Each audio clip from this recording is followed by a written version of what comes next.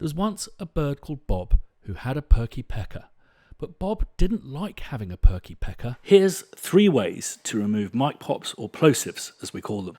There's once a bird called Bob who had... First thing to do is to remove any unnecessary bottom end that isn't in the natural voice. This can really calm things down for female narrators, but for men you're quite limited without reducing those natural lower harmonics too much. So here's the first way. Simply duck it out with volume automation. This is a cheat more than a solution. You're just reducing the impact of the plosive on your listener as opposed to actually removing it.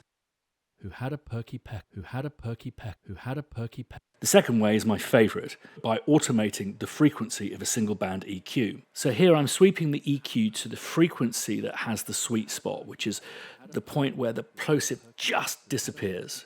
Who had a perky peck, who had a perky peck, who had a perky peck. This will be the frequency we automate to. Isolate the plosive and kill the EQ before and after it. You may need to fiddle with the shape of the automation a bit to make it sound natural. Who had a perky pecker. And this is the third way, the way I've seen pros do it, particularly dialogue editors, is by duplicating the tracks, finding that sweet spot again with a single band EQ. There's once a bird called Bob who had a perky pecker. But instead of automating, chopping out the plosives from the original track, putting them into the second channel, then dragging the bookends of each clip so they overlap and crossfade.